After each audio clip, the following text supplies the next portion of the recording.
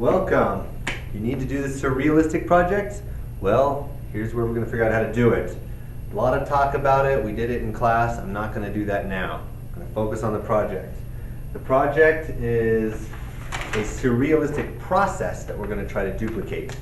So we need to start out, the first day we took watercolor and we covered the backgrounds, and I think you may have already seen a bunch of pictures I'll put on there, examples of finished product. And then the next day, we blobbed on some drier, more pure pigment, so it's darker, making blobs. So the trick here is to think about clouds, smoke, blobbing the paint rather than streaking it, because those are hard to find images in, right? Or splattering it. A million dots is hard to find an image in a dot. All right, so you want more of a marbled cloud, like when you look up at the clouds and you try to see things. That's a surrealistic process. Okay, so let me point the camera down on here and we'll see what we can find in this picture, ones I haven't found already. Okay, so it's all dry. Put it under a book at night to flatten it out. Then you come back and you try to find and pull out the images that you see in the blobs. So you see some I've already done. So you got an empty blob like that. I like doing faces for some reason. I see a nose here, see a mouth here, double chin. Maybe there's an eye there. Maybe the hair. Alright, it could just fade off to nothing, or you can make more out of it. Okay? So you just keep doing stuff like that. These are splats where I blew on it, and it made it go out crazy. Same with this guy. And here's like, could be a, I don't know, a dog.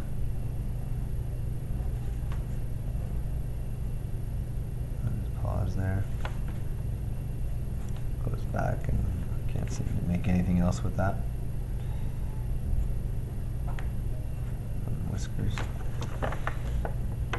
What else can we find? You can use the white areas to find something. Little guy there. The negative space could be a shape that's recognizable. Maybe something crazy. I'll do it upside down for us. Looks kind of evil. Put some crazy in there. Alright. We'll have to look to see this one.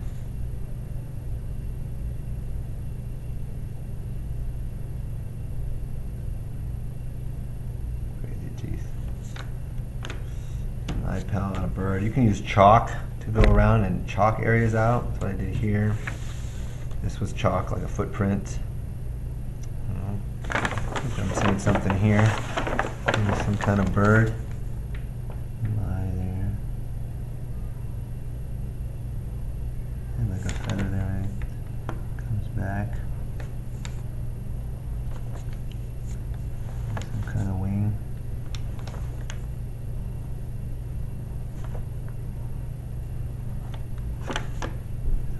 Along there. You can do inside lines, bird there. And that's the process. You just go around and find as many things as you can. If you can't see something one way, turn it. Maybe you see it this way, turn it. Might find some more, then it makes sense. Might keep turning things around. And find like some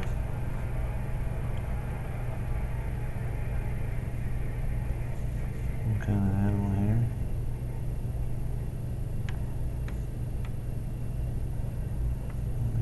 you want some ears maybe. German Shepherd. Happy dog. You know? Show me what you see. And that's it. Enjoy, it's a lot of fun. Okay, let me show you how to get the paint on there in a small piece of paper, and then we'll look for objects in the one that I've already finished. So sometimes it's nice to get the paper all wet, because otherwise you just make streaks. You can run it under the faucet. This will help it bleed out better. Okay. And then when we take our paint, so I take some red here, go like that. Look at that. Cool, huh? Create some marbling. Change colors. Let's do crazy green here. Alright.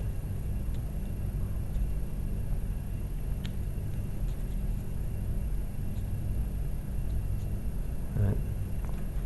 Let me switch to maybe some, oops, I still had green in there, and yellow.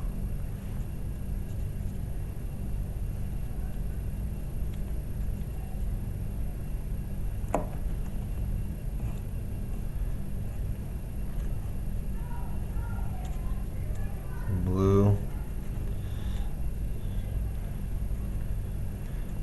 I'm just using a lot of crazy colors. You don't have to. There's no wrong answer. Notice that they're blobs. They're not dots. Don't do this. Well, this runs out nicely. Makes you find stuff. Ooh, a lot of water on there. It's gonna take a while to dry. You can clean off, take water off by drying your brush. Just put it on there, it'll suck it up. See? Bring it out, suck it up. Okay, it's getting too wet. Bring it out, suck some of this up. Maybe we can try to actually use this one.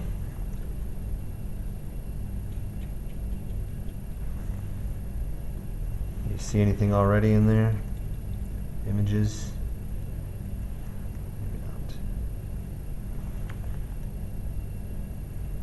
This is too wet here.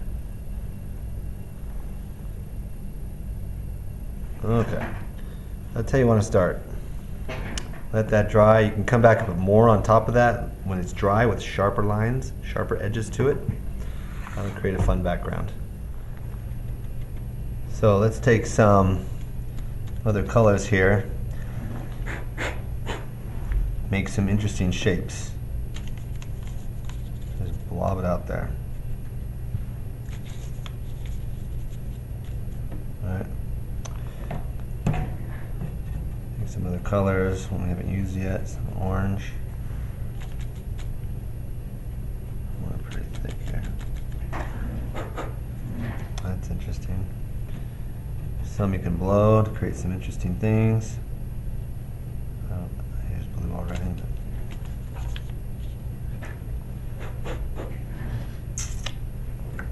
Some purple.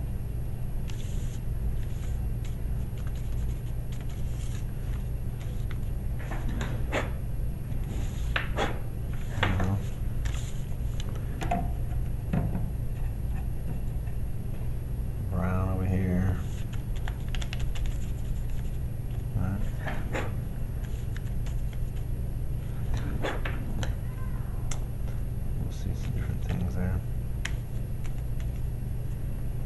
Blob in it. See, now the paper's dry, so it's making sharper edges on the ink I'm putting down. The pigment. Let's see, we got green already, but we can do some more green here.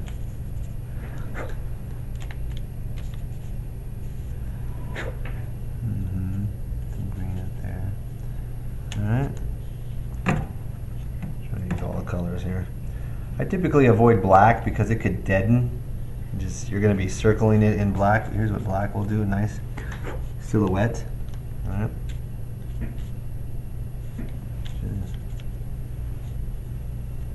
Okay, let's let that dry and see what we can find. Maybe you already see some things. So again, under the hair dryer, now it's dry and ready to go. Do you see things already in there that could be drawn out? Show me what you see. So I'll just start doing some crazy things. Draw it around. There's some line. All right.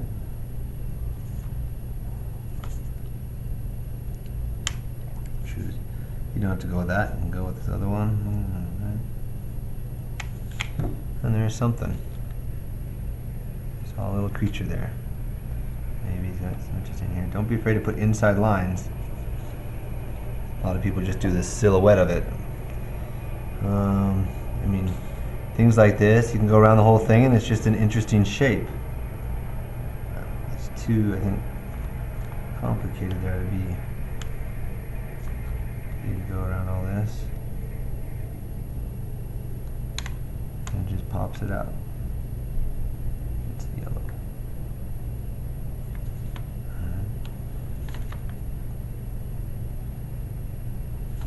I mean, if I want to put some eyes here, there's a mouth, a monster, but I don't know, just leave it with that.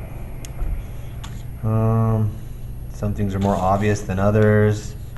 I don't know, they stand out. Again, I see a face here.